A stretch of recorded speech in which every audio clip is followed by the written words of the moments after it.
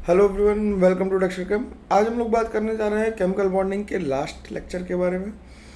पिछली क्लासेस में हम लोगों ने बॉन्डिंग में हाइब्रिडाइजेशन देख लिया, वेस्पर थ्योरी देख ली, फजांस रूल तक देख लिया और डाइपोल मोमेंट देख लिया। आज के लेक्चर में पहले तो हम लोग क्वेश्चन डिस्कस करेंगे जो मैंने लास्ट क्लास में दिए थे। कई लोग होमवर्क के कह रहे थे कि सर होमवर्क कहाँ पे मिलेगा, तो बिल्कुल यहीं पे मिलेगा, मैं ही डिस्कस कर दूंगा और आगे से हमेशा करूँगा। ठीक है, आगे आगे से हमेशा से जो भी क्वेश्चन मैं लास्ट क्लास में दूंगा वो अगली क्लास में डिस्कस कर ही दूंगा। तो होमवर्क के लिए परेशान होने की ज़रूरत नहीं है और शीट अब तुम पूरी अटेम्प्ट कर सकते हो आज की क्लास के बाद केमिकल बॉन्डिंग की भी। ठीक है, लोगों तो खैर बात पहुंचाते रहो, अच्छा लगेगा, शेयर करते रहो, शेयरिंग इज़ केयरिंग, है ना। तो लोगों तक बात पहुंचाते रहो। और हम लोग बात करने जा रहे हैं आज एमओटी की, मेनली बैक बॉन्डिंग की, और अलग अलग टाइप के फोर्सेस की बात करेंगे और कुछ क्वेश्चन हम लोग डिस्कस करेंगे। ठीक है, तो बात को अपनी आगे बढ़ाते हैं। सारा कुछ हमें मिलेगा कहाँ पे, dextercam.in पे मिलेगा। अपने बैच पे जाके हम लिंक पे क्लिक करके लेक्चर नोट्स और शीट्स डाउनलोड कर सकते हैं। जो लोग नए हैं उनके लिए ये बात मैं बता रहा हूँ, ठीक है। और हम लोग डायरेक्टली जो लिंक दिया हुआ है डिस्क्रिप्शन बॉक्स में, वहाँ से भी हम लोग डाउनलोड कर सकते हैं चीज़ों को, ठीक है। तो कल के लेक्चर के बारे में, जो लास्ट लेक्चर था, उसमें हम लोगों ने कुछ ऑर्बिटल डायग्राम ड्रॉ करने के लिए दिए थे और maximum number of atoms in a plane बताने के लिए कहा था। यहीं से शुरू करते हैं आज के लेक्चर को और इस क्वेश्चन को डिस्कस कर लेते हैं कि क्या कर रहा है ये क्वेश्चन। पहला बनाते हैं प्रोपीन का स्ट्रक्चर। तो पहला स्ट्रक्चर बनाना है प्रोपीन का। प्रोपीन कैसा है यार, इस अप्रोच से तो अब खुश हो गए कम से कम तुम लोग। तो ये कार्बन sp2 है, ये भी sp2 है और ये कैसा है, sp3 है। तो पहले एक sp3 हाइब्रिड कार्बन बनाते हैं और उसके साथ एक sp3 हाइब्रिड कार्बन बना दिया। एक sp2 कार्बन होगा, ठीक। ये sp2 कार्बन से दो ऑर्बिटल जो होंगे वो इस तरह से होंगे। अब जरा ध्यान से देखना मेरी बात समझ में आ गई तो समझ लो काम आधा खत्म हो गया हमारा, है ना। सारी बात ही खत्म हो जाएगी अगर ये समझ में आ गया तो। देखो अब क्या है, यहाँ पे हाइड्रोजन है, ध्यान से देखना, ये आईआईटी ने क्वेश्चन पूछ रखा है। यहाँ पे हाइड्रोजन है और एक हाइड्रोजन यहाँ पे बना देते हैं, इस कार्बन पे भी हाइड्रोजन था। अब जो अगला कार्बन है उसके लिए sp2 होने के नाते बॉन्ड एंगल कितना है, 120 डिग्री है। तो इससे जो 120 डिग्री का एंगल बनाएंगे वो कार्बन का यहाँ बनाएंगे। तो इस पे 120 डिग्री पे चीज़ों को अरेंज करेंगे, ठीक। जब इससे 120 डिग्री पे अरेंज किया तो जो पाई बॉन्ड बनना है वो बेसिकली परपेंडिकुलर प्लेन में बनेगा। तो परपेंडिकुलर वाला ऑर्बिटल में दूसरे कलर के पेन से बना देता हूँ। तो इन दोनों ने पाई बॉन्ड बना लिया, ठीक। और हाइड्रोजन कहाँ कहाँ है, हाइड्रोजन इस वाइट वाले ऑर्बिटल के साथ और इस वाइट वाले ऑर्बिटल के साथ है। अब जरा ध्यान से देखना कि कितने एटम एक प्लेन में आ गए। यहाँ पे कार्बन है, ये कार्बन है, ये कार्बन है, ये तीनों कार्बन तो सेम प्लेन में ही दिख रहे हैं हमें, ठीक। अगर मैं कलर चेंज कर दूं तो तुम्हें मेरी बात ज़्यादा अच्छे से समझ में आएगी कि ये हम दो हाइड्रोजन्स को, एक को, दो को तो प्लेन में ले सकते हैं और बाकी को हमें क्या करना पड़ेगा, मैं कलर चेंज करके बता रहा हूँ। तो ये दोनों कैसे हो जाएंगे, ये दोनों जो होंगे वो आउट ऑफ प्लेन होंगे। और इसका कलर पूरा ऐसे नहीं चेंज करते, इसे मैं दोबारा ही बना देता हूँ, ड्रॉ कर देता हूँ, ज़्यादा अच्छा है। ये कलर इस तरह से चेंज कर दिया, ठीक। तो जो परपेंडिकुलर वाले ऑर्बिटल है मैंने उसे ब्लू पेन से मार्क कर दिया, ठीक। बाकी सारे एटम्स कैसे हैं, एक प्लेन में। देखो जब कोई भी प्लेन में हमें मार्क करना होगा तो तीन एटम से मिलकर प्लेन बनेगा। तो जरा ध्यान से देखोगे तो तुम्हें एक प्लेन ये बनता हुआ दिखाई देगा, एक प्लेन ये बनता हुआ दिखाई देगा, ये तीन एटम मिलकर ही प्लेन बना लेंगे, और एक प्लेन ये वाला भी है। तो ये सारे ही एटम्स कैसे होंगे, एक प्लेन में होंगे। sp2 वाला तो प्लेन में ही दोनों कार्बन, और sp3 वाले का भी एक कार्बन और एक हाइड्रोजन प्लेन में होगा, एक अंदर होगा और एक बाहर होगा। sp3 में क्या होता था भाई, sp3 जब हम बनाते थे तो ध्यान से समझना, sp3 जब हम बनाते थे तो तीन एटम तो एक प्लेन में ही होते थे ना, एक अंदर और एक बाहर होता था ऐसा। तो जो अंदर और बाहर वाले हैं ये मान लेते हैं कि इनसाइड है और ये आउट ऑफ प्लेन है। तो आई होप मेरी बात समझ में आई। तो number of atoms in a plane कितने आ गए? 1 2 3 4 5 6 7। तो 7 एटम्स हैं एक प्लेन में।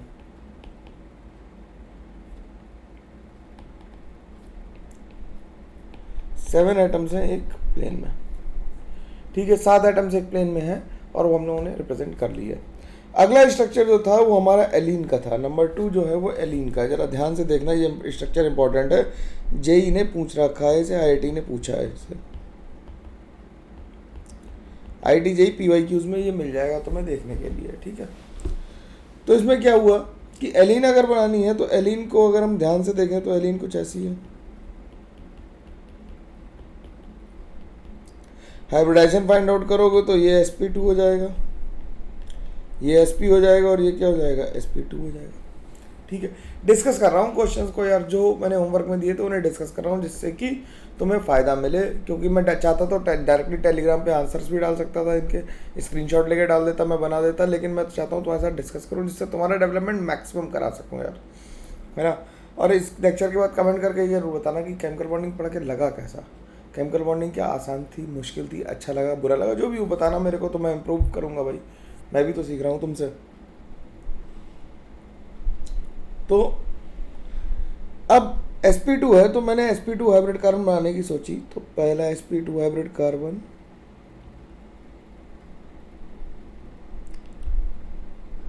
ऐसा बनाया।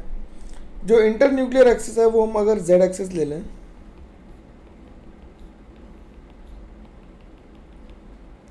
ये z एक्सिस है, ठीक। ये क्या है? z एक्सिस है। तो बीच वाला कार्बन तो sp है, तो बीच वाला कार्बन जो sp है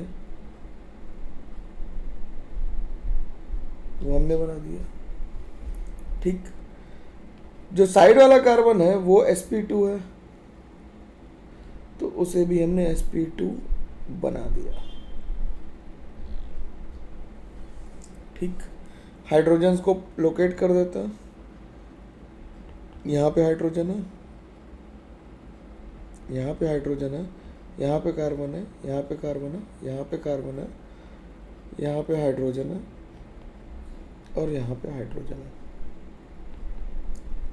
अगर z axis inter nuclear axis है तो इसके कौन से ऑर्बिटल इंगेज होंगे? s और pz। बीच वाले के कौन से इंगेज होंगे? s और pz। तो इसके दो ऑर्बिटल जो खाली हैं वो कौन कौन से हैं? एक py खाली है और एक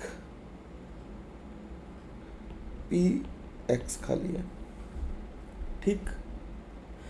अब ये sp2 था तो ये कार्बन sp2 तो हमने मान लिया कि ये इसके कौन से ऑर्बिटल यूज हुए हैं? इसके ऑर्बिटल यूज हैं s, pz और px। इसके s, pz और px कुछ भी रैंडम नहीं मान सकते क्योंकि हमने py यहाँ पे लिया। तो इसका कौन सा ऑर्बिटल खाली बचा? py बचा परपेंडिकुलर प्लेन में, तो py ने py के साथ बॉन्डिंग कर ली, ठीक। अब इसका px ऑर्बिटल है क्योंकि अब देखो जब ये z एक्सिस है और py इंगेज है तो इसका कौन सा ऑर्बिटल खाली बचा? px। तो इसके कौन कौन से यूज हो गए होंगे ऑर्बिटल हाइब्रिडाइजेशन करने में? s, pz और py यूज हुए होंगे, तो इसका px एम्प्टी होगा, तो इसने px के साथ बॉन्डिंग करी। अब जरा ध्यान से देखना कि ये जो प्लेन है, अगर मैं मार्कर का कलर थोड़ा चेंज कर लेता हूँ, अगर ये जो प्लेन है, ये इस प्लेन को ध्यान से देखोगे तो ये जो प्लेन आया वो कौन सा आएगा? xz प्लेन आएगा, ये xz प्लेन आएगा। और अगर इन तीन एटम्स को मिला दो,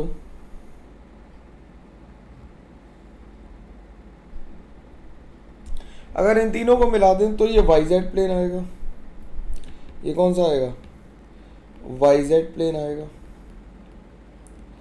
तो एक xz प्लेन है ऐसा, एक xz प्लेन है ऐसा, तो yz कैसा होगा? परपेंडिकुलर इस तरह से आएगा, ठीक है। तो तुम इसे चाहे कैसे भी घुमा लो। तो ये देखो हाथ की बिल्कुल शेप तुम ध्यान रखना कैसी आ रही है, एक तो है सामने है, ये तुम्हारे सामने है, और ये परपेंडिकुलर है उसके, ये ऐसा नहीं है ऐसा है घुमा हुआ, ठीक, या ऐसा घुमा हुआ है। तो इसमें जो एटम्स हैं वो कौन कौन से एक प्लेन में आ जाएंगे, अगर हम प्लेन में सेलेक्ट करना चाहें तो प्लेन में जो एटम्स आएंगे वो कौन से आएंगे, ये कार्बन आ जाएगा, ये कार्बन आ जाएगा, ये कार्बन भी आ जाएगा, ये हाइड्रोजन आएगा, ये हाइड्रोजन आएगा, बाकी दोनों हाइड्रोजन प्लेन में नहीं आ पाएंगे।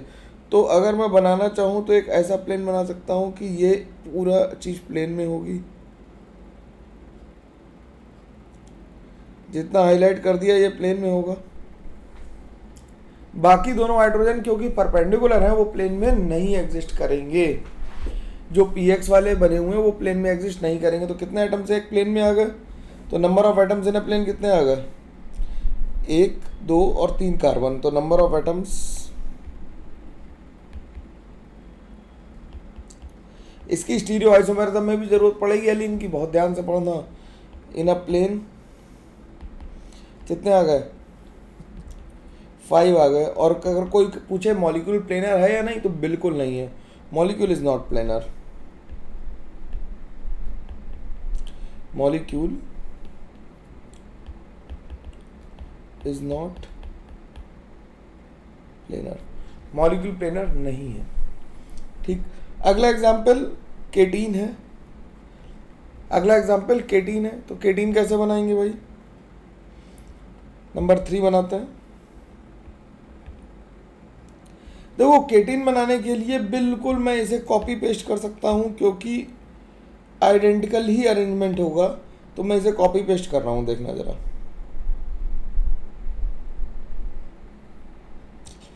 ओहो जल्दी से हो जाए यार, ठीक, मैं इसे कॉपी कर लेता हूँ और पूरे को पेस्ट कर लेता हूँ।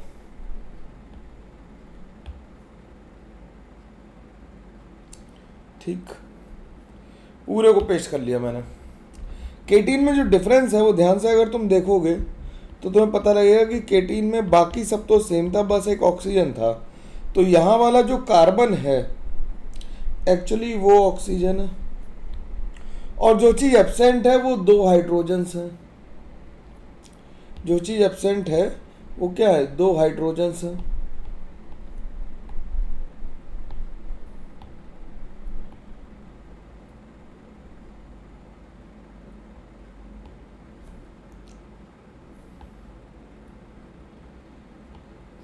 जो एब्सेंट है वो क्या है, हाइड्रोजन है, और हाइड्रोजन की जगह क्या आ जाएगा, लोन पेयर आ जाएगा। तो उसे मैं इरेज करके बनाता हूँ। तो 2 हाइड्रोजन की जगह 2 क्या है, लोन पेयर्स हैं, तो लोन पेयर बना देते हैं यहाँ पे। अब लोन पेयर्स को हम लोग प्लेन में काउंट नहीं करते, नंबर ऑफ एटम्स में काउंट नहीं करते हैं। तो ये मॉलिक्यूल कैसा हो जाएगा, ये मॉलिक्यूल में एटम तो 5 ही रहेंगे कि this molecule will be planar.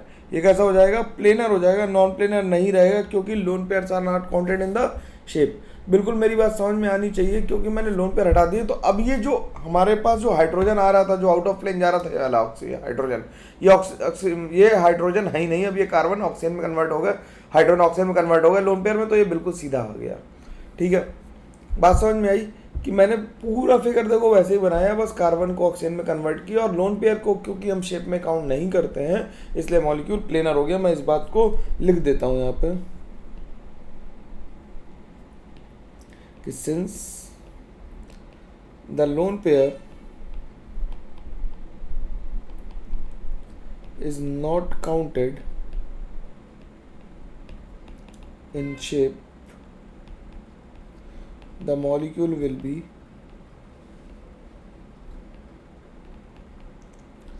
planar. I hope बात समझ में आ रही होगी,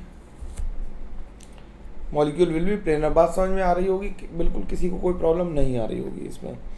अगले मॉलिक्यूल पे चलते हैं। अगला मॉलिक्यूल क्या कर रहा है, अगला मॉलिक्यूल हमारे पास 1,3-ब्यूटाडाइन है। अब तो IUPAC पढ़ चुके हैं तो मैं नाम लिख सकता हूँ, 1,3-ब्यूटाडाइन है। तो फोर्थ इज 1,3-ब्यूटाडाइन सिस, तो इसका नाम है S-cis 1,3-ब्यूटाडाइन। अब जरा ध्यान से देखना, तो ये कार्बन कैसा है, sp2, यहाँ पे हाइड्रोजन है, ये भी sp2, यहाँ पे हाइड्रोजन है, ये भी sp2 और ये भी sp2। ठीक, तो sp2 की वजह से हुआ क्या। अब हम अगर फिगर बनाएं इसका, तो इसका फिगर कैसे बनाएं।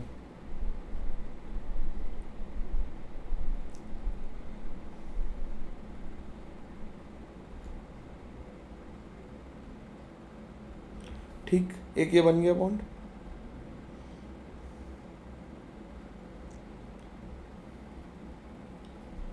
ओ सॉरी, एक ये अब ऐसा बनेगा। थोड़ा ध्यान से बनाना पड़ेगा, बॉन्ड एंगल्स का ध्यान में रखते हुए। ठीक है, तीसरा जो आएगा वो अब यहाँ से बन जाएगा आसानी से। देखो मैंने स्मार्टली क्या किया,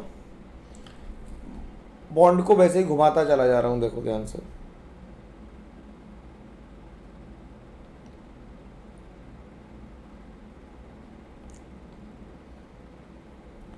ठीक, अब जो पाई बॉन्ड है वो किसके किसके बीच में, पाई बॉन्ड जो है वो इस कार्बन के बीच में,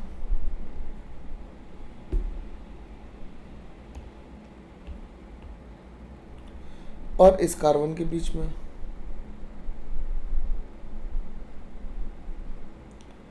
बंदा बन गया।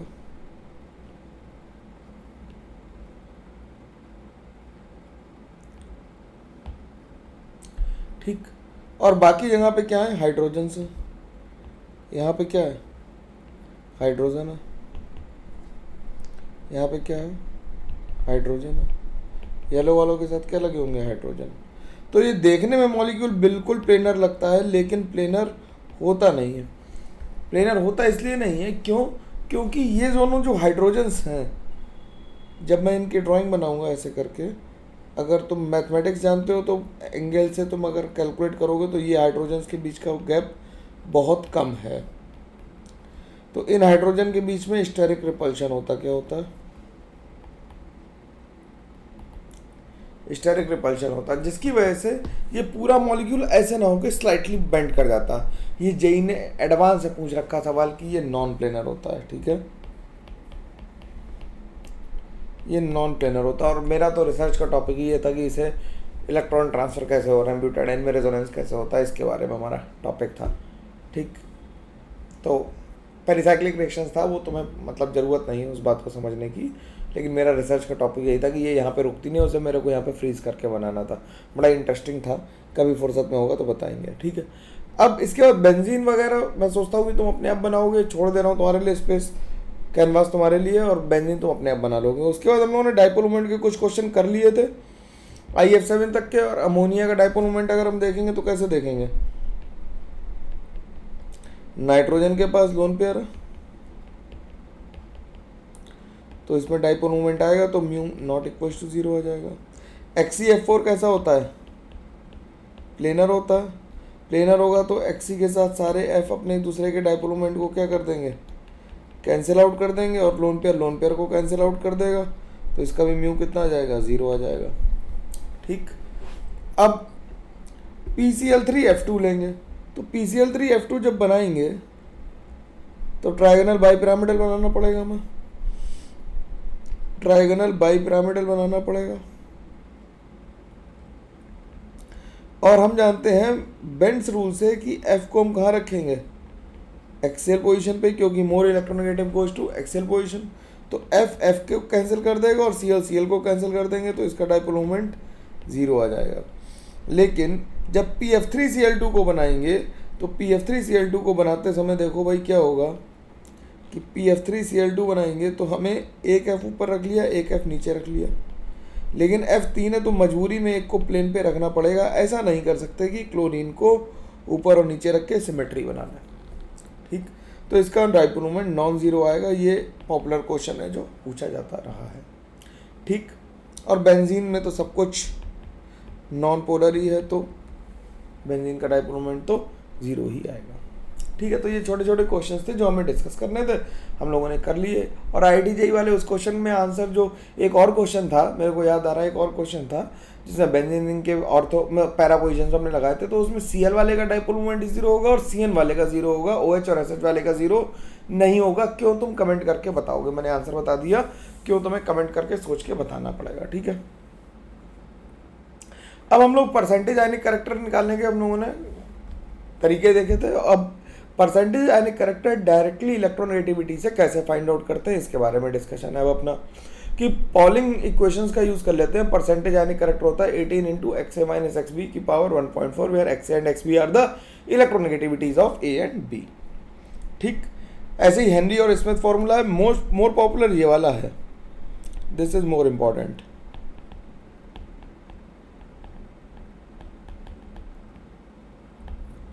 This is more important. Hannay and Smith equation है जिसमें percentage ionic character is equal to होता है 16 into XA minus XB plus 3.5 into XA minus XB का होल स्क्वायर। ठीक है, सिंपल बात है। अब कोऑर्डिनेट बॉन्ड की बात करते हैं। कोऑर्डिनेट बॉन्ड क्या होता है? Coordinate bonds are form by the donation of an electron pair to an atom और molecule when there is a vacant orbital present. जब भी कोई वैकेंट ऑर्बिटल आसपास प्रेजेंट होगा तो एक मॉलिक्यूल दूसरे मॉलिक्यूल को अपने क्या कर देता है, एक कोऑर्डिनेट बॉन्ड गिफ्ट कर देता है। And this is a special type of covalent bond, हम लिख सकते हैं this is a special type of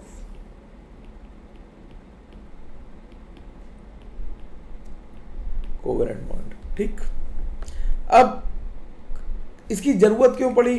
क्योंकि हमें एसिड बेस पता होने चाहिए। देखो एसिड बेस तुमने बचपन में सुने होंगे, और बचपन में तुमने एसिड बेस सुने होंगे तो 10th क्लास में एसिड बेस पढ़ के आए तो अर्नियस कॉन्सेप्ट ऑफ एसिड बेस पढ़ा होगा, जिसमें H+ डोनर एसिड थे, जिसमें एग्जाम्पल HCl, H2SO4, HNO3 वगैरह ले सकते थे। और OH- डोनर क्या थे? बेस थे, जिनके एग्जाम्पल KOH, वो कैल्शियम हाइड्रोक्साइड या सोडियम हाइड्रोक्साइड ले सकते हैं। फिर इसके बाद Bronsted and Lowry acid base concept आया, जिसमें क्या कहा कि H+ डोनर्स एसिड हैं लेकिन H+ एक्सेप्टर बेस है।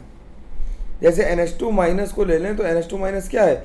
बेस है, और ऐसे बेस को हम कहते हैं कॉन्जुगेट बेस। ये कैसा बेस है? ये कॉन्जुगेट बेस है।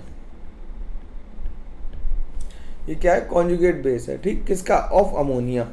ठीक, लुईस एसिड बेस क्या कहता है? लुईस एसिड बेस कहता है कि इलेक्ट्रॉन पेयर एक्सेप्टर्स क्या होते हैं? इलेक्ट्रॉन पेयर एक्सेप्टर्स एसिड होते हैं। ये उन्हें इलेक्ट्रोफाइल्स कहते हैं। इलेक्ट्रो मतलब इलेक्ट्रॉन और फाइल्स मतलब लविंग। तो लुईस एसिड बेस क्या कहता है? एसिड कहता है कि इलेक्ट्रॉन पेयर एक्सेप्टर्स एसिड हैं और इलेक्ट्रॉन पेयर डोनर्स क्या हैं? बेस हैं। ठीक, तो उन्हें हम न्यूक्लियोफाइल्स कहते हैं या फिर न्यूक्लियस लिविंग स्पीशीज कहते हैं, जिनके पास लोन पेयर हो। चौथा कॉन्सेप्ट कई लोगों ने नहीं सुना होगा, lux and Flood acid base concept.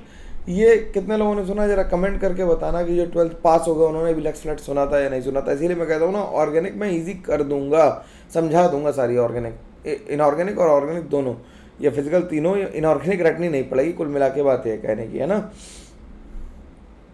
तो Lux and Flood acid base concept क्या कहता है कि एसिड्स कौन से हैं? ऑक्सीजन एक्सेप्टर्स आर एसिड, और बेस कौन से हैं? Oxygen donors are base. जैसे हमने CaO और CO2 की रिएक्शन कराई तो CaCO3 बना, इसे हमने रटना था। लेकिन अगर हम CaO जाने कि मेटल ऑक्साइड कैसा है? बेसिक है। तो acid plus base equal to salt plus water हमेशा नहीं बनेगा। तो अगर एसिड हम लिखें तो क्या है? CO2 नॉन मेटल ऑक्साइड, और बेस क्या है? Calcium oxide. तो इसमें देखो कैल्शियम कार्बोनेट बना, वाटर नहीं बना। तो acid plus base equal to salt plus water हमेशा लिखना समझदारी का निर्णय नहीं है। ठीक, अब कोऑर्डिनेट बॉन्ड बनने के लिए क्या होगा? जैसे अगर हम एग्जाम्पल लिखें कोऑर्डिनेट बॉन्ड का, तो जैसे अमोनिया ने क्या किया, एक H+ लिया, तो H+ के पास क्या है? वेकेंट ऑर्बिटल है।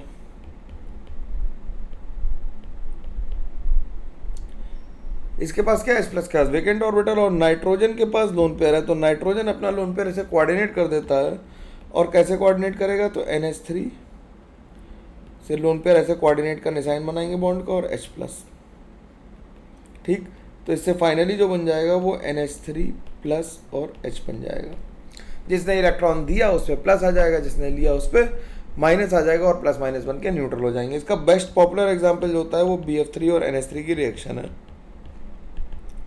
कि बोरॉन के पास क्या है? वेकेंट p ऑर्बिटल है, और नाइट्रोजन के पास लोन पेयर है तो ये कोऑर्डिनेट कर देगा, तो इससे क्या बन जाएगा HN3 सॉरी NH3 प्लस और BF3 माइनस। तो बोरॉन का यहाँ पे हाइब्रिडाइजेशन sp2 था, वो बदल के sp3 हो गया। तो ये बड़ा पॉपुलर क्वेश्चन है कि हाइब्रिडाइजेशन किस में चेंज हो रहा है, तो सिंपल कोऑर्डिनेट बॉन्ड से हम देख सकते हैं कि हाइब्रिडाइजेशन भी बदलता है। अब कोऑर्डिनेट बॉन्ड को ही डिफेंड करने के लिए एक नए तरह के बॉन्ड की जरूरत पड़ी, जिसे हमने कहा बैक बॉन्डिंग। क्या कहा? Back bonding. बैक बॉन्डिंग क्या होती है? इन जनरल बॉन्डिंग में क्या होता है कि इन जनरल बॉन्डिंग में जो मोर इलेक्ट्रोपॉजिटिव एलिमेंट होता है वो मोर इलेक्ट्रोनेगेटिव एलिमेंट को इलेक्ट्रॉन पेयर डोनेट कर देता है, या तो कंप्लीट ट्रांसफर करता है या शेयर करता है, और force of attraction more electronegative के तरफ रहता है। ठीक। इन जनरल क्या होता है कि जो लेस इलेक्ट्रोनेगेटिव है वो मोर इलेक्ट्रोनेगेटिव को इलेक्ट्रॉन देता है। ठीक। अगर वो शेयरिंग करके ही बना रहे हैं तो जो मोर शेयर होगा वो इलेक्ट्रोनेगेटिव एलिमेंट के पास रहेगा। बैक बॉन्डिंग का नाम बैक बॉन्डिंग क्यों पड़ा, ये तभी तुमने सोचा। बैक बॉन्डिंग का मतलब है कुछ अजीब तरह की पीछे से गलत तरीके की बॉन्डिंग, है ना। तो ऐसा कैसे हो रहा है? तो इन केस ऑफ बैक बॉन्डिंग क्या होता है कि मोर electronegative element less electronegative element को इन जनरल क्या करता है? इलेक्ट्रॉन दे देता है। In case of back bonding the more electronegative element donates its electron to less electronegative. उल्टा काम हो रहा है, इसलिए बैक बॉन्डिंग है। तो कंडीशंस फॉर बैक बॉन्डिंग क्या होनी चाहिए? कंडीशन केवल एक ही है कि one atom should contain at least one lone pair of electron, one atom should contain at least one pair of electron other than bonding. Lone pair of electron लिख देते हैं, इसे पूरी बात लिख देते हैं यहाँ पे, इसे लोन पेयर ऑफ इलेक्ट्रॉन कर देते हैं ना, one lone pair of electron and other should element which is directly connected to the atom should contain vacant p और d orbital। उसके पास p या d orbital होना चाहिए। जैसे अगर हम BF3 का एग्जांपल ले रहे हैं तो ये भी क्वेश्चन आता है बोर्ड में लिखने के लिए, स्कूल्स में पूछा जाता है कि BF3 एग्जिस्ट करता है लेकिन BH3 एग्जिस्ट नहीं करता। तो BF3 में देखो बोरॉन का हाइब्रिडाइजेशन sp2 है तो इसके पास क्या है? 6 इलेक्ट्रॉन है, तो ये इलेक्ट्रॉन डेफिशिएंट है, इसे इलेक्ट्रॉन की जरूरत है। फ्लोरीन के पास बहुत सारे इलेक्ट्रॉन है, तो फ्लोरीन क्या करता है? अपना इलेक्ट्रॉन उठा के बोरॉन को देता है। बोरॉन और फ्लोरीन में कौन ज़्यादा इलेक्ट्रोनेगेटिव है? ऑब्वियसली फ्लोरीन ज़्यादा है, लेकिन फ्लोरीन ने अपना इलेक्ट्रॉन उठा के दे दिया। और कौन सा ऑर्बिटल से दिया? 2p ऑर्बिटल से दिया। और कौन से ऑर्बिटल में दिया? 2p ऑर्बिटल में दिया। तो इसे हम कहते हैं 2p बैक बॉन्डिंग या 2p पाई बैक बॉन्डिंग या p पाई बैक बॉन्डिंग कहते हैं। लेकिन हाइड्रोजन ऐसा नहीं कर पाता, इसीलिए BH3 जो होता है वो डाइमर की तरह एग्जिस्ट करता है, B2H6 बना लेता है। ठीक। अब अगर BCl3 की बात करें तो क्लोरीन कौन से इलेक्ट्रॉन देगा? अपने 3p वाले देगा, तो 3p पाई 2p पाई हो जाएगी। ऐसे ही अगर आगे बढ़ेंगे तो क्या होगा? BF3 में क्या है? 2p है, BCl3 में 3p 2p, फिर 4p 2p और 5p 2p। तो एक्सटेंट ऑफ बैक बॉन्डिंग, जब ऑर्बिटल की एनर्जी गैप बढ़ता जाएगा तो एक्सटेंट ऑफ जो बैक बॉन्डिंग है वो क्या होता जाएगा? वो कम होता जाएगा। जैसे जैसे दूरियां बढ़ेंगी वैसे वैसे लगाव कम होता जाएगा, बॉन्डिंग कमज़ोर होती जाएगी। ठीक है। तो अगर बैक बॉन्डिंग की एक्सटेंट कम हो रही है तो उसके पास बोरॉन के पास इलेक्ट्रॉन डेफिशिएंसी पूरी नहीं हो रही है। अगर बैक बॉन्डिंग ढंग से नहीं हो रही है तो इलेक्ट्रॉन मतलब बोरॉन को एफिशिएंटली जो कनेक्टेड एटम है वो नहीं दे पा रहा, तो वो बाहर से इलेक्ट्रॉन आसानी से लेगा, और बाहर से इलेक्ट्रॉन को लेने को कहते हैं लुईस हेसरिक स्ट्रेंथ। वो इलेक्ट्रॉन पेयर अच्छे से एक्सेप्ट करेगा, तो Bi3 बेस्ट एक्सेप्टर होगा। अब ऐसा भी सवाल आता है कि NH3 और NCH3 होल थ्राइस और NSiH3 होल थ्राइस में बेसिक स्ट्रेंथ कंपेयर करनी होती है, तो which is a better base? Base वो बेटर है जो अपने इलेक्ट्रॉन पेयर अच्छे से दे पाए। तो N के साथ जब CH3 लगा हुआ है तो वो अपने इलेक्ट्रॉन उसके पास कंसंट्रेटेड है, क्योंकि कार्बन के पास कोई वैकेंट डी ऑर्बिटल नहीं है। लेकिन सिलिकॉन के पास वैकेंट डी ऑर्बिटल होने की वजह से ये रेजोनेंस कर लेता है, और रेजोनेंस करके ये क्या बना लेता है? sp2 हाइब्रिड ऑर्बिटल बना लेता है, यानी कि psp2 बनाता है, जो मैंने अभी उसमें GOC वाले वीडियो में समझाया था कि psp2 कैसा होता है, बिल्कुल वैसा ही है ये भी। तो बेसिक स्ट्रेंथ किसकी याद आ जाएगी? NCH3 होल थ्राइस की याद आ जाएगी। अब कुछ क्वेश्चंस हैं, बैक बॉन्डिंग पढ़ने के बाद ये क्वेश्चंस हमें करने हैं। इन्हें मैं उम्मीद करता हूँ कि तुम अटेम्प्ट करके रखोगे, और मैं कुछ करके दिखा देता हूँ जिससे तुम्हें आसानी हो जाए, है ना। अब जैसे NH3 वाटर और CH4 के तो एंगल्स हमें याद हैं कितने हैं ये, 107 डिग्री 5 मिनट,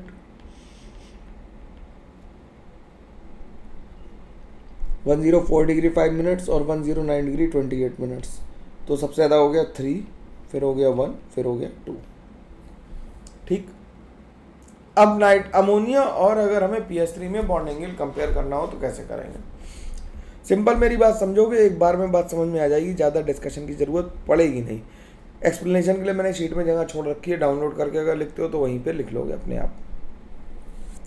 नाइट्रोजन और फॉस्फोरस में कौन ज़्यादा इलेक्ट्रोनेगेटिव है? मैंने नीचे जगह छोड़ी होगी, ये बनाया ना।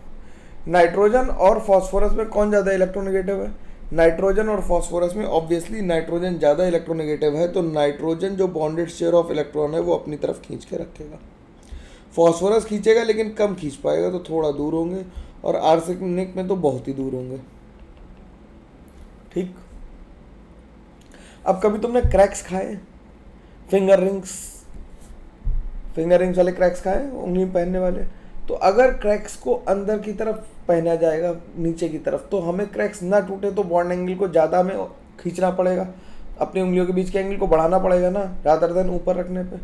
तो जब इलेक्ट्रॉन सेंट्रल एटम की तरफ चलने लगता है तो क्या होता है, उससे बॉन्ड एंगल बढ़ता है। तो सेंट्रल एटम की इलेक्ट्रोनेगेटिविटी ज़्यादा होने पे बॉन्ड एंगल ज़्यादा होगा, और टॉप टू बॉटम आने पे धीरे धीरे कम होता जाएगा। तो सबसे ज़्यादा बॉन्ड एंगल आ गया अमोनिया का, फिर PS3 का और ASS3 का। तो ऐसे लिख देते हैं, as we move from top to bottom in a group, the bond angle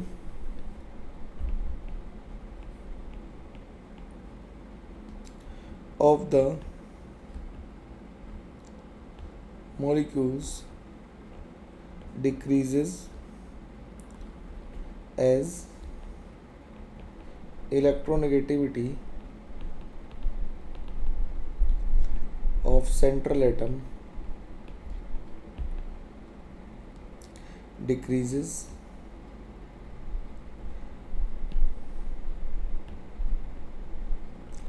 if the atom contains at least one lone pair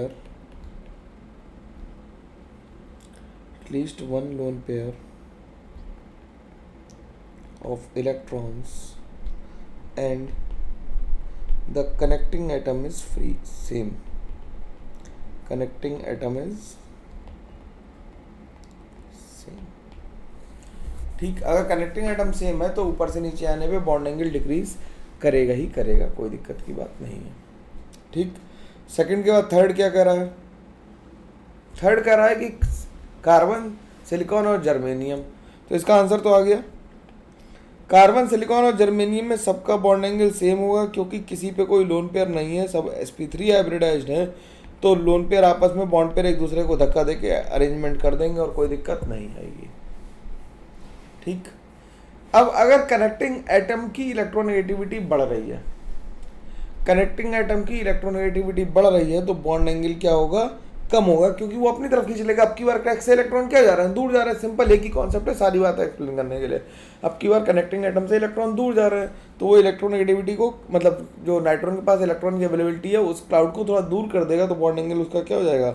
कम हो जाएगा। ठीक है। अब OH2 और OCl2, OBr2 और OH2O में देखते हैं, यानी H2O में देखते हैं। तो इनमें कंपेयर करने के लिए क्या करें कि देखो, सेंट्रल एटम से OF लिख लिया और OH लिख लिया, तो ऑब्वियसली O की इलेक्ट्रोनेगेटिविटी ज़्यादा है, लेकिन यहाँ पे फ्लोरीन की इलेक्ट्रोनेगेटिविटी ज़्यादा है, तो OH2 का एंगल, बॉन्ड एंगल फ्लोरीन से ज़्यादा होगा। ठीक। अब OCl2 बनाते हैं। जो OCl2 है उसमें क्लोरीन की इलेक्ट्रोनेगेटिविटी हाइड्रोजन से ज़्यादा है, लेकिन साथ में उसका साइज़ भी बहुत ज़्यादा है। क्या है? साइज़ भी ज़्यादा। मान लो तुमने फिंगर रिंग्स पहनी, लेकिन सेम इलेक्ट्रोनेगेटिविटी वाली पहन ली, लेकिन फिंगर रिंग्स नहीं थी, अब वो बड़ी बड़ी क्रिकेट बॉल लगी हुई थी। क्रिकेट बॉल लगी होंगी तो वो आपस में रिपेल ना करें, ना छुएं, तो क्या करेंगे? बॉन्ड एंगल को बढ़ा देंगे। तो इसमें बॉन्ड एंगल कितना आ जाएगा? इसमें एंगल और ज़्यादा आएगा ड्यू टू साइज़।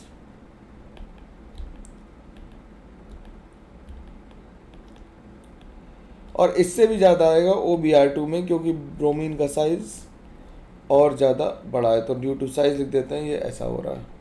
ठीक, सिंपल बात है, आसानी से मेरी बात समझ में आनी चाहिए बिल्कुल हर किसी को। ठीक, तो इसका आंसर आ गया क्या कि सबसे कम है 1, सबसे कम है क्या 1, फिर 4, फिर सॉरी कम है, उल्टा लगा दें, 1 फिर 4 फिर 2 फिर 3। NH3 और NF3 में किसका कम होगा? सराउंडिंग एटम सेम है, फिर से अपना क्रैक्स वाला कॉन्सेप्ट लगाएंगे तो NF3 का ज़्यादा आ जाएगा। NO2 प्लस NO2 माइनस और NO2 में कैसे कंपेयर करेंगे इसे भी देख लेते हैं।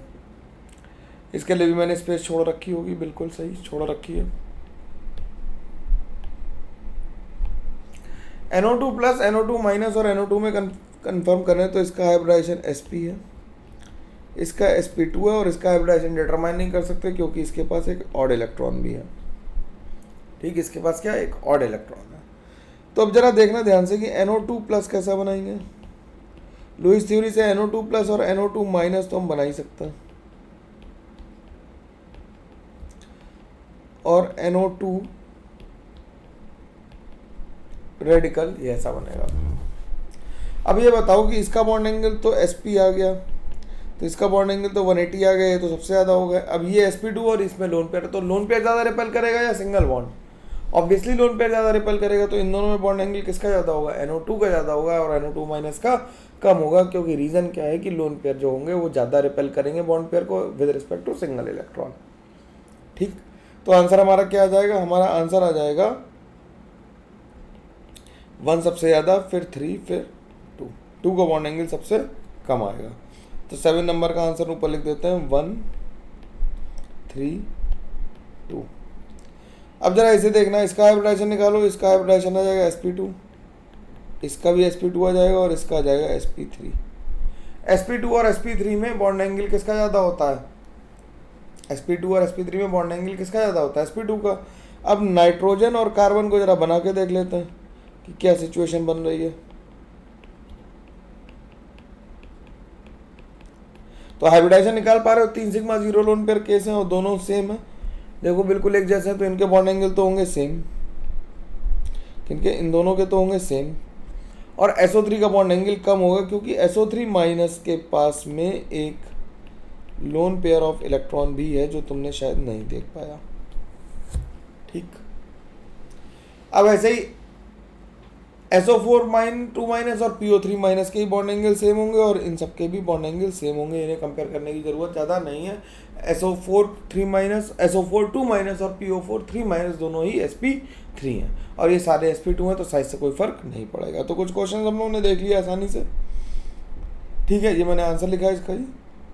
अब बात करते हैं अपनी मॉलिक्यूलर ऑर्बिटल थ्योरी की। हम लोग लास्ट एजेंडे पे लगभग पहुंच गए हैं और एज कमिटेड 6 क्लासेस में हमने ख़त्म कर दिया। थोड़ा टाइम ज़्यादा इसलिए लगा, और एक इम्पॉर्टेंट अनाउंसमेंट मैंने पोस्ट कर दिया है, तुम लोगों ने देख लिया होगा, कमेंट भी आ रहे होंगे, मैं मान ले रहा हूँ क्योंकि मैं तो पहले रिकॉर्ड कर रहा हूँ कि कल से, यानी कि हम लोगों ने पिछले कल बुधवार से PYQ सीरीज शुरू कर दी है, तो उसे भी तुम लोग अटेंड करो। ऑर्गेनिक की पहले से डिस्कस्ड है तो वो पड़ी हुई है एज सच, और 11th की और बाकी फिजिकल की मैं लेके आ रहा हूँ। पहले 2022 करेंगे, फिर 2023 करेंगे, फिर 2021 करेंगे। ठीक है, इस ऑर्डर में करेंगे क्वेश्चंस, तो मेरे को लगता है कर ही लेंगे, कोई टेंशन की बात नहीं। 2023 के भी जल्दी से लाने वाला हूँ सीरीज, पहले 2022 कंप्लीट कर दूँ। ठीक है, तो मॉलिक्यूलर ऑर्बिटल थ्योरी क्या है? O2 कैसा है? डायमैग्नेटिक है, ये बात नहीं बता पा रहे थे। O2 डायमैग्नेटिक होनी चाहिए थी अकॉर्डिंग टू वेस्पर थ्योरी और VBT, क्योंकि उसमें सारे इलेक्ट्रॉन पेयर्ड आ रहे थे, वो लोन पेयर कर रहे थे, तो पेयर्ड इलेक्ट्रॉन की वजह से डायमैग्नेटिक होना चाहिए था। लेकिन O2 का एक्चुअली कैसी आ गई? पैरामैग्नेटिक आ गई, तो सबकी कहानी पलट गई और दिमाग खराब हो गया कि अब कुछ और नया सोचना पड़ेगा। तो पहले क्या हो रहा था कि जब VBT हो रही थी या फिर हम लोग ओवरलैपिंग करा रहे थे या फिर हम लोग हाइब्रिडाइजेशन कर रहे थे, तो हर एटम के इंडिविजुअल ऑर्बिटल थे और हम डिफरेंशिएट कर पा रहे थे कि ये ऑर्बिटल किस एटम का है, किसका है, ये किसका इलेक्ट्रॉन है। लेकिन मॉलिक्यूलर ऑर्बिटल थ्योरी कहती है कि जैसे ही बॉन्ड बना, ओवरलैपिंग हुई, तो उस टाइम पे जो एटॉमिक ऑर्बिटल हैं अपनी आइडेंटिटी लूज कर देंगे। अब जो इलेक्ट्रॉन्स हैं वो मॉलिक्यूलर ऑर्बिटल में रहेंगे, ना कि एटॉमिक ऑर्बिटल्स में। ठीक है, तो इलेक्ट्रॉन कहाँ रहेंगे, मॉलिक्यूलर ऑर्बिटल में रहेंगे, ना कि एटॉमिक ऑर्बिटल में। ठीक, तो ये बेसिकली ज्वाइंट फैमिली अप्रोच है rather than nuclear family approach, इसे ऐसे भी कह सकते हैं। तो हम लिखेंगे when two atomic orbitals combine they lose their identity, अपनी आइडेंटिटी लूज कर देंगे, and for molecular orbitals after the combination the electron will be present in molecular orbital but not in atomic orbital. तो जैसे hydrogen बना तो hydrogen hydrogen पहले हम इस तरह से दिखा रहे थे, हाइड्रोजन हाइड्रोजन हम इस तरह दिखा रहे थे कि ये एक हाइड्रोजन का ऑर्बिटल एक ऐसे से मिला तो इसने बॉन्ड बना लिया। अब हम कहेंगे ये पूरा एक मॉलिक्यूलर ऑर्बिटल बन गया जिसके अंदर 2 न्यूक्लियस हैं और 2 इलेक्ट्रॉन घूम रहे हैं, इसे हम मॉलिक्यूलर ऑर्बिटल कहेंगे। ठीक, तो 2 atomic orbitals combine to produce 2 molecular orbital, one is of lower energy जिसे हम मोर स्टेबिलिटी कह सकते हैं, and other is of higher energy जिसे लेस स्टेबल कहेंगे। Lower energy orbitals are called bonding molecular orbitals, और हायर एनर्जी ऑर्बिटल्स को हम कहेंगे anti bonding molecular orbitals, ABMOs कहेंगे और BMOs कहेंगे। तो लोअर एनर्जी एटॉमिक ऑर्बिटल्स को क्या कहेंगे, BMOs, और एंटी बॉन्डिंग ऑर्बिटल्स को कहेंगे हम ABMOs, जिनकी एनर्जी ज़्यादा होगी। ठीक, अब combination of atomic orbitals is done by 2 ways. कौन कौन से, linear combination of atomic orbital जिसे हम LCAO कहते हैं, या फिर यूनिफाइड अप्रोच। तो जो हमें पढ़नी है सिलेबस में वो केवल हमें यूनिफाइड मतलब जो linear combination of atomic orbital ही पढ़ना है। हमें सारा लिखा हुआ है तो थोड़ी स्पीड ज़्यादा रहेगी, क्योंकि आज मैं ख़त्म करना चाहता हूँ इसे, और जो काम की बात है, जो सवाल है वो जरूर लगेंगे, I can bet on this. ठीक है, ये मत सोचना लेंथ कितनी है कि sir molecular orbital theory rush हो गई, बिल्कुल रश नहीं कर रहा हूँ। तो मैं पूरी बात समझ में आई, ध्यान से लगा के 1-2 बार सुननी पड़ेगी, ये हो सकता है, और उसके बाद सवाल लगाओगे तो 110% गारंटी है सवाल लगने की। ठीक है, तो लेट अस सपोज हमने क्या किया, LCAO का मतलब है linear combination of atomic orbital. जब हम लीनियर कॉम्बिनेशन किसी भी 2 नंबर्स का करते हैं तो हम तो या तो प्लस यूज कर सकते हैं या माइनस यूज कर सकते हैं विद सब कोएफिशिएंट। जैसे अगर हमसे कोई कहे कि लीनियर इक्वेशन हैविंग 2 वेरिएबल लिख लो, तो हम क्या लिखेंगे, fx = ax + by लिख देंगे। भाई सिंपल बात है, अगर हमें 2 वेरिएबल में लीनियर इक्वेशन लिखनी है तो ax + 2by ax + by लिखेंगे या ax - by लिखेंगे, यही 2 तरीके हैं। तो हमने वेव फंक्शन को जब लिखा तो हमने क्या लिख दिया, एक कांस्टेंट नंबर लिख दिया प्लस माइनस cb लिख दिया। ठीक, अब इनका हमें वेव फंक्शन पता है कि वेव फंक्शन हमें कोई इन्फॉर्मेशन नहीं देता, तो हमने क्या किया, वेव फंक्शन का स्क्वायर निकाल दिया। वेव फंक्शन का स्क्वायर निकाला तो CA psi a स्क्वायर आ गया plus CB psi b square आ गया plus 2CA CB psi a psi b आ गया। तो ये प्रोबेबिलिटी डेंसिटी ऑफ A आ गई, ये प्रोबेबिलिटी डेंसिटी ऑफ B आ गई, और एक्स्ट्रा प्रोबेबिलिटी डेंसिटी आ रही है। यानी एक्स्ट्रा प्रोबेबिलिटी डेंसिटी का मतलब अगर हम वॉल्यूम से मल्टीप्लाई करते हैं तो एक्स्ट्रा प्रोबेबिलिटी आएगी। अब एक्स्ट्रा प्रोबेबिलिटी जब आ रही है तो इसका मतलब इलेक्ट्रॉन को ज़्यादा मज़ा आ रहा है, ज़्यादा स्टेबलाइज फील कर रहा है, इसीलिए वो एक्स्ट्रा प्रोबेबिलिटी वाली जगह पे जा रहा है। और अगर माइनस आ रही है तो वो कम स्टेबलाइज हो रहा है। तो जो एक्स्ट्रा प्रोबेबिलिटी वाली जगह मिल रही थी, जो एक्स्ट्रा प्रोबेबिलिटी से इलेक्ट्रॉन डेंसिटी आ रही थी, उन्हें हम कहते हैं BMOs यानी बॉन्डिंग एटॉमिक ऑर्बिटल्स, और दूसरे वालों को कहते हैं एंटी बॉन्डिंग मॉलिक्यूलर ऑर्बिटल्स। तो मेरी बात समझ में बिल्कुल अच्छे से आ रही है कि जो एक्स्ट्रा स्टेबिलिटी थी वो सिंपल स्क्वायर खोल दिया और कुछ भी नहीं किया है। ठीक है, तो एक में माइनस हो रहा है तो वो एंटी बॉन्डिंग होगा, जिसमें प्लस हो रहा है वो बॉन्डिंग होगा। ये बिल्कुल कैसा है, वेव्स के फंक्शन, वेव्स के सुपर इम्पोजिशन जैसा है कि 2 वेव अगर हम कंस्ट्रक्टिव इंटरफेरेंस से मिलेंगे तो उनका एम्पलीट्यूड क्या होगा, बढ़ जाएगा, जबकि अगर हम डिस्ट्रक्टिव इंटरफेरेंस से मिलाएंगे तो उनका क्या होगा, एम्पलीट्यूड दोनों का कम हो जाएगा। जैसे अगर हम और तुम रेजोनेट करने लगे, कंस्ट्रक्टिवली काम करें तो हमारे पढ़ने की स्पीड और नंबर लाने की स्पीड भी डबल हो जाएगी या उससे बहुत ज़्यादा बढ़ जाएगी। ठीक, अब मॉलिक्यूलर ऑर्बिटल 2 तरह के होते हैं, कैसे, BMOs और ABMOs। BMOs 2 तरह के होते हैं, सिग्मा और पाई, और ABMOs 2 तरह के होते हैं, सिग्मा स्टार और पाई स्टार। अब SS ओवरलैपिंग इसमें भी करानी पड़ेगी, तो SS ओवरलैपिंग से ऑर्बिटल बनेंगे, along the internuclear axis bonding हो रही है तो सिग्मा बॉन्ड बनेंगे।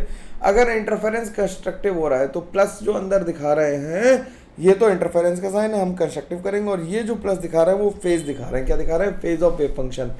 तो अगर इन फेज हैं दोनों, सेम कंस्ट्रक्टिव इंटरफेरेंस कर रहे हैं तो सिग्मा बॉन्डिंग, अगर डिस्ट्रक्टिव कर रहे हैं तो क्या बन जाएंगे, दोनों का साइज देखो छोटा हो गया, तो इससे क्या बन गया, एंटी बॉन्डिंग ऑर्बिटल बन गया, जिसे हम ABMO कहते हैं, और बीच में एक प्लेन आया जिसे हम क्या कहते हैं, नोडल प्लेन कहते हैं। ठीक, सिग्मा स्टार हमारा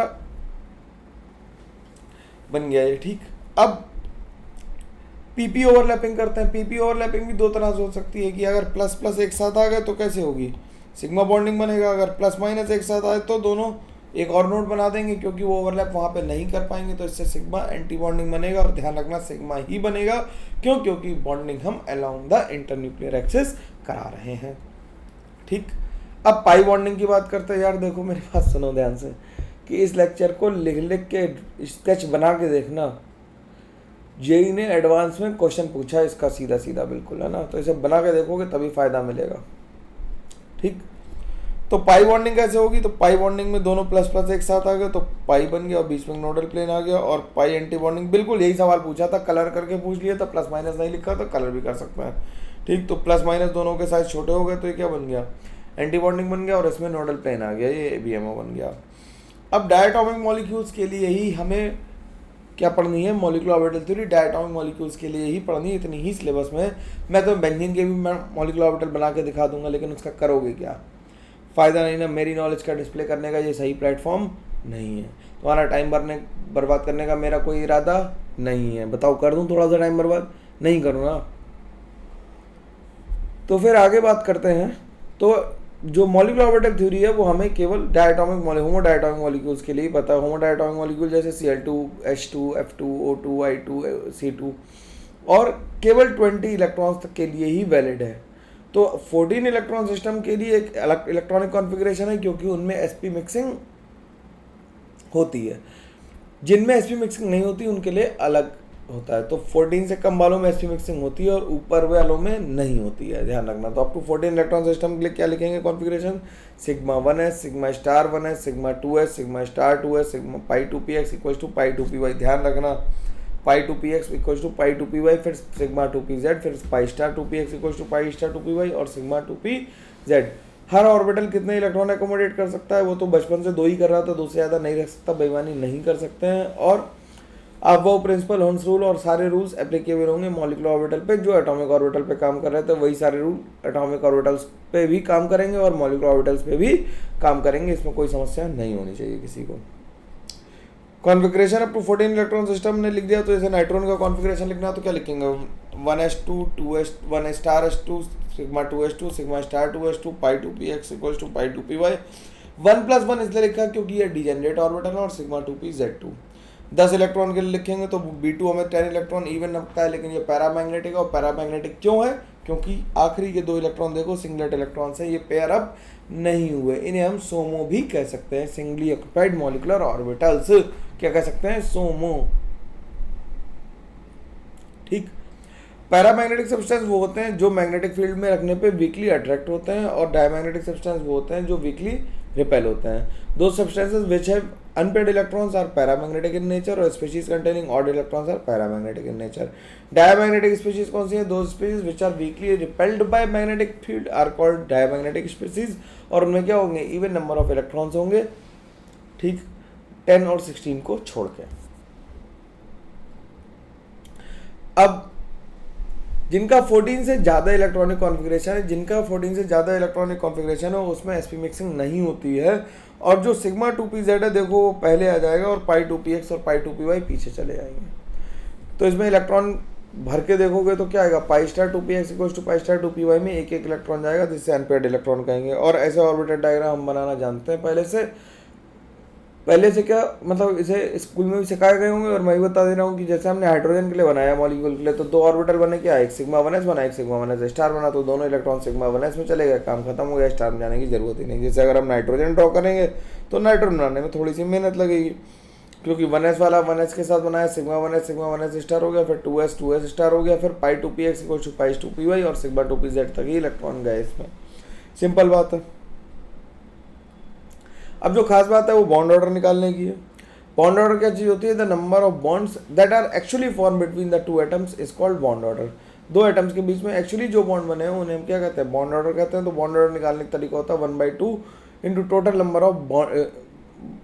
number of electrons in the bonding orbitals minus total number of electrons in anti bonding orbitals. तो जैसे नाइट्रोजन के लिए अगर काउंट करो तो कितने आ रहे हैं बॉन्डिंग में? 2, 2, 4, 2, 6, 2, 8, 2, 10 आ रहे हैं। और एंटी बॉन्डिंग में 4 आ रहे हैं, तो 10 - 4 इक्वल्स टू 3 लिख दिया। अब बॉन्ड ऑर्डर 3 आ रहा है तो नाइट्रोजन के बीच में बॉन्ड भी देखो 3 ही है। ऑक्सीजन में कैलकुलेट करोगे तो ऑक्सीजन में 2 आएगा, ऑक्सीजन के बीच में बॉन्ड 2 है। तो इन्हें ट्रिक कैसे याद कर ले इनकी? देखो एक तो वो है BA बाबा अब्बा डब्बा करके याद कर लो, वो याद कर लो। नहीं तो ये सिंपल ट्रिक है, इसमें तुम्हें जो मैं ट्रिक बता रहा हूँ इसमें तुम्हें बॉन्डिंग और एंटी बॉन्डिंग इलेक्ट्रॉन्स भी पता लग जाएंगे। जो माइनस से पहले लिखे हुए हैं वो BMOs है, और जो माइनस के बाद लिखे होंगे वो ABMOs हैं, ठीक है। तो 14 इलेक्ट्रॉन सिस्टम के लिए हम क्या करेंगे, 14 इलेक्ट्रॉन सिस्टम के लिए 1/2 लिखेंगे, 10 - 4, 10 और 4 मिलके 14 हो गए, तो इसका बॉन्ड ऑर्डर 3 आ गया। 15 के लिए क्या करेंगे, 10 को होल्ड कर लेंगे और एक एक इलेक्ट्रॉन 15, 16, 17, 18 के लिए बढ़ाते चले जाएंगे। तो 15 के लिए 5 कर दिया, यहाँ 6 कर दिया, 7 कर दिया, 8 कर दिया, 9 कर दिया, 10 कर दिया। बॉन्ड ऑर्डर 0 होने का मतलब है बॉन्ड फॉर्म ही नहीं हुआ, मॉलिक्यूल कैसा है, अनस्टेबल है, एग्जिस्ट नहीं करता है। समझ गए बात को कि जब हम 14 से ज़्यादा इलेक्ट्रॉन्स पे चलना है तो हमने 10 को होल्ड कर लिया और एक एक इलेक्ट्रॉन धीरे धीरे धीरे धीरे करके माइनस करते जा रहे हैं और 20 तक हम पहुंच जाएंगे। अब अगर 13 इलेक्ट्रॉन का करना है तो इस बार 4 को होल्ड कर लेंगे और एक एक करके इलेक्ट्रॉन कम करते जाएंगे, तो हम लोग 13, 4, 12, 11, 10, 9, 8 तक निकाल लेंगे। और इसके बाद हम लोग ये बात तो समझते हैं कि 8 के बाद जो नीचे वाले होते हैं वो सिग्मा 1s और sigma 1s star, sigma 2s और सिग्मा 2s स्टार होते हैं, ठीक। अब बॉन्ड ऑर्डर कैसे निकालते हैं, bond order is equal to, तो बॉन्ड ऑर्डर इनवर्सली प्रोपोर्शनल होता है बॉन्ड लेंथ के, तो जितने बॉन्ड ज़्यादा होंगे उतनी बॉन्ड स्ट्रेंथ भी ज़्यादा होगी, तो ऑर्डर भी ज़्यादा है, ठीक। बॉन्ड लेंथ स्ट्रेंथ के डायरेक्टली प्रोपोर्शनल होंगे और बॉन्ड लेंथ के इनवर्सली, क्योंकि ज़्यादा लोग पकड़ खींचेंगे तो बॉन्ड लेंथ क्या हो जाएगी, कम हो जाएगी। अब कह रहा है compare the bond length of the following, तो O2 प्लस ऐसा क्वेश्चन आते रहते हैं, O2 प्लस, O2 माइनस और O2 माइनस, ऐसा मेंस में भी आ चुका है, एडवांस में भी आ चुका है, नीट में भी आ चुका। तो सबके नंबर ऑफ इलेक्ट्रॉन काउंट कर लो, इसमें 16 हो गए, इसमें 15 हो गए, इसमें 17 हो गए और इसमें 18 हो गए, सबका बॉन्ड ऑर्डर लिख दिया। तो जिसका बॉन्ड ऑर्डर ज़्यादा उसकी बॉन्ड लेंथ कम, तो सबसे ज़्यादा बॉन्ड ऑर्डर किसका आ रहा है, सबसे ज़्यादा बॉन्ड आ रहा है O2 प्लस का, तो O2 प्लस की बॉन्ड लेंथ सबसे कम है, ठीक, और O2 माइनस की सबसे ज़्यादा होगी, ठीक। बॉन्ड लेंथ, बॉन्ड स्ट्रेंथ लिखेंगे तो उल्टा लिख देंगे। अब इसमें कह रहा है calculate the number of bond sigma and pi bonds in C2 molecule. अब देखो C2 मॉलिक्यूल के लिए हमने क्या किया कि हमने 12 इलेक्ट्रॉन्स को फिल किया, तो सिग्मा 1s ने सिग्मा 1 स्टार 1s को कैंसिल आउट कर दिया होगा, तो एक सिग्मा बॉन्ड बना होगा और एंटी बॉन्डिंग में जाके उसमें बॉन्ड ऑर्डर को 0 कर दिया, सिग्मा 2s से सिग्मा 2s स्टार कट गया, लेकिन पाई 2px2 equals to pi 2py2 आ गया, यानी कि दो जो बॉन्ड बने हैं वो पाई बॉन्ड ही बने हैं, कोई सिग्मा बॉन्ड नहीं बना है, ठीक। अब क्वेश्चन ऐसे आते हैं कई बार, calculate the bond order of the species having more than 20 electrons, तो ClO3 माइनस का हमें ClO बॉन्ड ऑर्डर बताना है, तो क्या करो, स्ट्रक्चर बना लो पहले। स्ट्रक्चर में ये मान ले रहा हूँ कि होमवर्क वाला किया ही होगा, जिसमें तुम लोगों ने सारे स्ट्रक्चर्स को बना के दोबारा देखा होगा और वहाँ से तुम आगे सीख रहे होगे। तो ClO3 माइनस का क्या क्या स्ट्रक्चर बना लिया, तो number of bonds upon total number of sigma bonds, total bond कितने हैं 5 है, इंक्लूडिंग पाई बॉन्ड भी काउंट कर लेंगे, और सिग्मा बॉन्ड कितने हैं 3, तो ये आ गया 1.6। ऐसे SO4 2 माइनस में काउंट करोगे तो 1.5 आ जाएगा, 6/4 आ जाएगा, क्योंकि 6 बॉन्ड है और 4 सिग्मा है, ठीक। अब इसके बाद बात आती है हाइड्रोजन बॉन्डिंग की। हाइड्रोजन बॉन्डिंग कैसे होती है, hydrogen bonding occurs when H is connected to FON, FON से कनेक्टेड हो और समटाइम्स Cl से, विद दीज एटम्स, यानी FON के साथ होगी और Cl के साथ होगी, यानी इनसे जुड़ा H ही हाइड्रोजन बॉन्डिंग में पार्टिसिपेट करेगा। जैसे वाटर का केस ले ले तो वाटर कितना हाइड्रोजन बॉन्ड बनाता है, वाटर 4 हाइड्रोजन बॉन्ड बनाता है, जिसे मैंने रिप्रेजेंट किया है 2 हाइड्रोजन से और 2 लोन पेयर से, टोटल 4 हाइड्रोजन बॉन्ड बनाता है, ठीक। लेकिन कार्बन से जुड़ा H कभी भी हाइड्रोजन बॉन्ड में पार्टिसिपेट नहीं कर सकता, क्योंकि वो FON से जुड़ा हुआ नहीं है, ठीक। और इसी वजह से हाइड्रोजन बॉन्डिंग की वजह से ही आइस वाटर पे फ्लोट करती है, इससे ज़्यादा डिटेल करने की ज़रूरत है नहीं। HF का स्ट्रक्चर मैंने बना के दे दिया कि HF connected to fluorine that it will form hydrogen bond, तो इसमें हाइड्रोजन बॉन्ड मैंने रिप्रेजेंट कर दिए हैं, ठीक। आइस क्यों फ्लोट करती है, क्योंकि हाइड्रोजन बॉन्ड की वजह से आइस का जो होता है वो केज लाइक स्ट्रक्चर हो जाता है, और केज लाइक स्ट्रक्चर होने से वॉल्यूम ज़्यादा ऑक्यूपाई होता है और डेंसिटी हो जाती है कम, इसलिए आइस फ्लोट करती है वाटर पे, और आइस इंसुलेटर भी होती है, ठीक, आइस इंसुलेटर भी होती है। अब टाइप्स ऑफ हाइड्रोजन बॉन्ड की बात करें तो टाइप्स ऑफ हाइड्रोजन बॉन्ड 2 तरह के होते हैं, इंट्रामोलिकुलर और इंटरमोलिकुलर। इंट्रामोलिकुलर मतलब with in the same molecule, और इंटरमोलिकुलर मतलब विद डिफरेंट मॉलिक्यूल। तो इंट्रा में सेम मॉलिक्यूल के बीच में बॉन्डिंग हुई, तो कभी भी 6 मेंबर की रिंग बन रही हो या 5 मेंबर की रिंग बन रही हो तो हम पहले इंट्रामोलिकुलर एच बॉन्डिंग कराएंगे, ठीक। इंटर तो हम 2 अलग अलग मॉलिक्यूल्स के, इंटर मतलब जैसे इंटर स्कूल कंपटीशन होता है 2 अलग अलग स्कूल्स के बीच में होता है, लेकिन इंट्रा होता तो विद इन सेम स्कूल होता है। तो जब भी 5 या 6 मेंबर की रिंग बनेगी तो क्या होगी, extent of hydrogen bonding better होगी और इंट्रामोलिकुलर हाइड्रोजन बॉन्डिंग होगी। अब जैसे क्लोरल में देख लेते हैं, क्लोरल में हाइड्रोजन बॉन्डिंग की वजह से स्टेबल हो रहा, देखो क्लोरल डाइहाइड्रेट स्टेबल हो रहा, क्लोरल वैसे स्टेबल नहीं होता, डाइहाइड्रेट स्टेबल नहीं होते, लेकिन हाइड्रोजन बॉन्डिंग की वजह से ये स्टेबल है, और क्लोरीन का ये एक लौता ऐसा एग्जाम्पल है जिसमें हाइड्रोजन बॉन्डिंग हो रही है। कॉन्सिक्वेंस क्या है हाइड्रोजन बॉन्डिंग के? हाइड्रोजन बॉन्डिंग से बॉइलिंग पॉइंट इफेक्ट पड़ता है लिक्विड के। In case of intramolecular H bonding the boiling point decreases, whereas intermolecular, यानी अब देखो अकेले अकेले उड़ना है तो आसान काम है, बॉइलिंग पॉइंट कम हो जाएगा, लेकिन अगर 2-4 लोगों को साथ लेके उड़ना है तो बॉइलिंग पॉइंट बढ़ जाएगा, इसीलिए वाटर का बॉइलिंग पॉइंट ज़्यादा होता है, 100 हो जाता है। तो ऑर्थोनाइट्रोफिनॉल और पैरानाइट्रोफिनॉल में किसका ज़्यादा होगा? पैरानाइट्रोफिनॉल का बॉइलिंग पॉइंट ज़्यादा होगा, ऑर्थो का कम होगा। और बॉइलिंग पॉइंट मॉलिकुलर मास पे भी डिपेंड करता है, या अगर मोलर मास जिसका ज़्यादा होगा उसका बॉइलिंग पॉइंट भी ज़्यादा होगा। मेटेलिक बॉन्ड मेटल्स में एग्जिस्ट करेंगे। मेटल्स क्या होते हैं? Metals are held together by sea of free electrons, तो उसकी वजह से मेटेलिक बॉन्ड बनेंगे। वीक वैन डर फोर्सेस में this type of attractive forces occurs in case of non-polar molecules such as H2O2, Cl2, H2O, CO2 and CH4। ठीक, van der वाल forces क्या करेंगे? मॉलिकुलर मास पे डिपेंड करेंगे, atomic mass पे depend करेंगे और बॉइलिंग पॉइंट के प्रोपोर्शनल होंगे। वैन डर वाल फोर्सेस 3 तरह के मेन हमें पढ़ने हैं। कौन कौन से? Dipole dipole interaction. डाइपोल तुम समझ गए कि HCl के 2 मॉलिक्यूल्स ऐसे जिनमें डाइपोल हो, उन्हें हम डाइपोल डाइपोल इंटरेक्शन कहेंगे, और उसकी इंटरेक्शन एनर्जी जो होगी वो 1/d होगी, where d is the distance between the 2 dipoles.